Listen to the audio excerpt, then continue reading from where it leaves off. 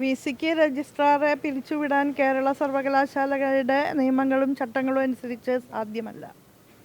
അത് അദ്ദേഹത്തിൻ്റെ അധികാര പരിധിക്ക് പുറത്തുള്ള കാര്യമാണ്. അപ്പോൾ സ്പഷ്ടമായും അധികാര ദുർവിനിയോഗമാണ് അദ്ദേഹത്തിൻ്റെ ഭാഗത്തുനിന്ന് ഉണ്ടായിട്ടുള്ളത്. ഇപ്പോൾ സർവകലാശാലകളിൽ കാവ്യവൽക്കരണ അജണ്ട നടപ്പാക്കാനാണ് കേന്ദ്ര ഗവൺമെൻറ് നിയോഗിച്ചിട്ടുള്ള ഗവർണർമാർ ചാൻസലർമാരായി ശ്രമിച്ചുകൊണ്ടിരിക്കുന്നത്. ഈ ഭാരതാംബ കാവിക്കൊടിയേന്തിയ സ്ത്രീയുടെ ചിത്രം ഇന്ത്യൻ പൊതുമനസ്സിലേക്ക് കൗശലപൂർവ്വം സന്നിവേശിപ്പിച്ചുകൊണ്ടിരിക്കുകയാണ്. അത് നോർമലൈസ് ചെയ്തെടുക്കുക അല്ലെങ്കിൽ അത് ലെജിറ്റിമൈസ് ചെയ്തെടുക്കുക എന്നുള്ളതാണ് ഇപ്പോൾ ഗവർണർ നടത്തിക്കൊണ്ടിരിക്കുന്നതായ ദൗത്യം. കാവിക്കൊടിയേന്തിയ മതാത്മക ബിംബത്തിന് സ്വതന്ത്ര ഇന്ത്യയുടെ ഒരു പശ്ചാത്തലത്തിൽ നമുക്ക് സ്വീകരിക്കാൻ സാധിക്കുമോ?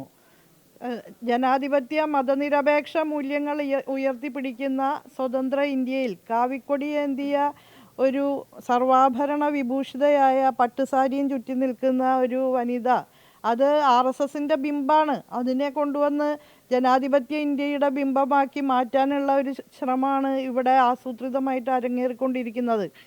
ഇക്കാര്യം മുൻനിർത്തി കേരള സർവകലാശാലയിൽ നടന്ന പരിപാടിയിൽ ഈ ബിംബം പ്രതിഷ്ഠിക്കുന്നുണ്ട് എന്ന് കണ്ടുകൊണ്ട് അവിടെ അതിനെതിരായിട്ട് സർവകലാശാലയുടെ സെക്യുലർ അന്തരീക്ഷം നിലനിർത്താൻ താല്പര്യമുള്ള ആളുകൾ അവിടേക്ക് കടന്നു വരികയും ഒരു സംഘർഷ സാധ്യത അവിടെ ഉണ്ട് എന്ന് കാണുകയും ചെയ്തതിൻ്റെ അടിസ്ഥാനത്തിലാണ് രജിസ്ട്രാർ നേരത്തെ തന്നെ അറിയിപ്പ് നൽകിയത്.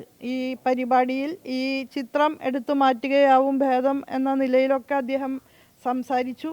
പക്ഷെ അതൊന്നും ആ സംഘടനയുടെ ഭാരവാഹികൾ കേൾക്കാൻ തയ്യാറായില്ല.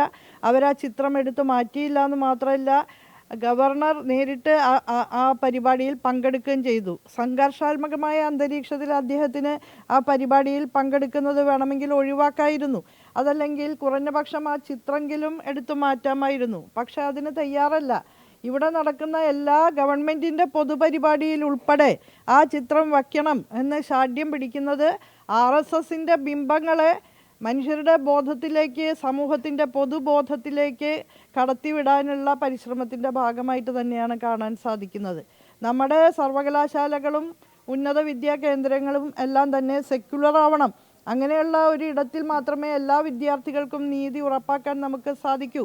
ഭാഗ്യവശാൽ കേരളത്തിലെ വളരുന്ന തലമുറ ഈ മതാത്മകതയെ അങ്ങനെ അനുവദിച്ചു കൊടുക്കുന്നില്ല. മതനിരപേക്ഷ അന്തരീക്ഷം നിലനിർത്തണം എന്ന് തന്നെയാണ് എല്ലാവരും താല്പര്യപ്പെടുന്നത്.